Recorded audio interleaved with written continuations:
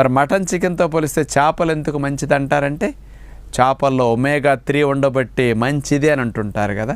మరి ఏ చేపల్ని ఎంతెంత ఉంటుందో ఒమేగా చూడాలనుకుంటే 100 గ్రాముల పదార్థం ఏదైనా సరే, ప్రతిసారినే 100 గ్రాములు అని చెప్పను, ఏ వెరైటీ చెప్పినా 100 గ్రాములు తూకం. అందులో ఎంతెంత ఉంటుంది అని ఒకసారి చూద్దాం.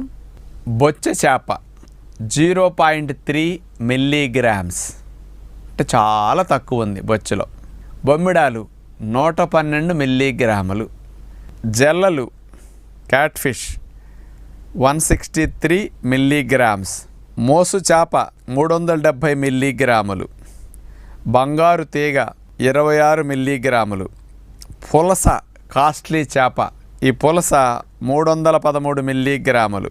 వాలుగ చేప 98 మిల్లీగ్రామ్స్. మామూలుగా మనకి పీతలు దొరుకుతుంటాయి కదా, మామూలు